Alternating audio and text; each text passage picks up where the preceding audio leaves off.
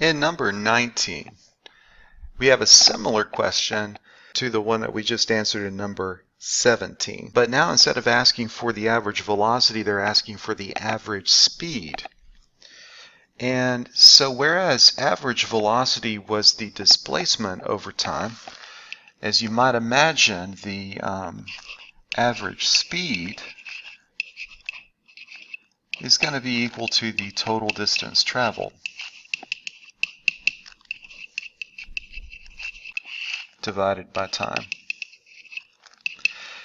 And so we have 22.5 units per 5 seconds, and this gives us an average speed of 4.5 units per second. In number 20, they ask what is the particle's acceleration over the first second? What does your answer mean?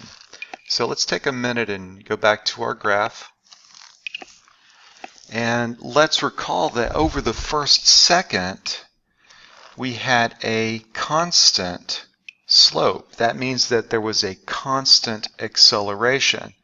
And so since the slope, a constant velocity, and so that meant that the slope was equal to 0. And so the acceleration was equal to 0. So the particle's acceleration over the first second was a equals 0.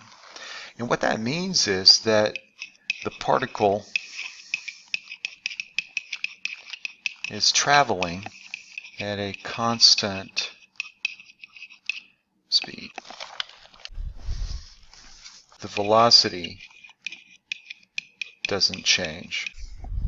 In 21, they ask, over what time intervals does the particle have positive acceleration? So looking back at our graph and our sign chart, and we're still using this, and we can see that we have a positive acceleration on these intervals from 3 to 4 and 4 to 5. So actually from 3 to 5, we are undergoing a constant positive acceleration.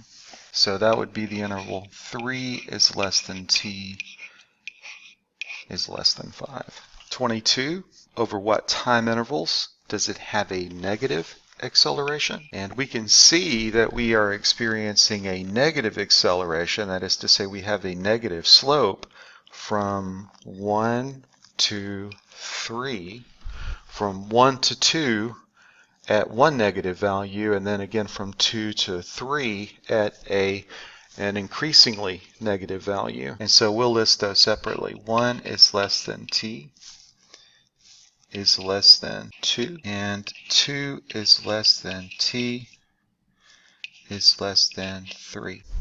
23 asks, when is the acceleration undefined on this interval from 0 to 5? So our first point where our acceleration is undefined occurs at this cusp.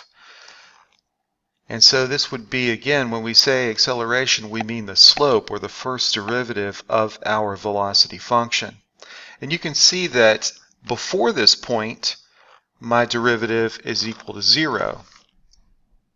And after that point, my derivative is negative.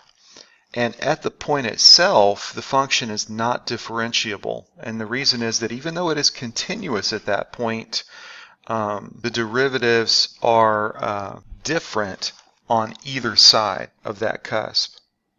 So our first point is going to be at t equals 1. Now if you look at t equals 3, you can see that we have another cusp or corner. And so we're not going to be differentiable at this point, as our acceleration or first derivative is negative to the left of that and positive to the right of that. And so again, changing values of the acceleration,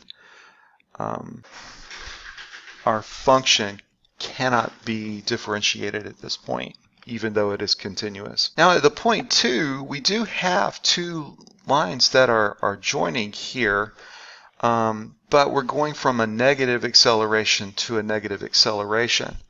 And so we're going to keep t equals 1 and t equals 3.